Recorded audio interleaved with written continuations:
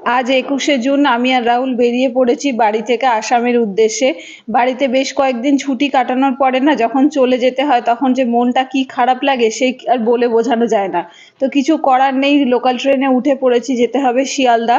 আর যেতে যেতে এই রাস্তাঘাট আশপাশ সবটা চোখ ভরে দেখে নিচ্ছি, কারণ আবারও আসবো সেই ৩ মাস পরে পুজোতে।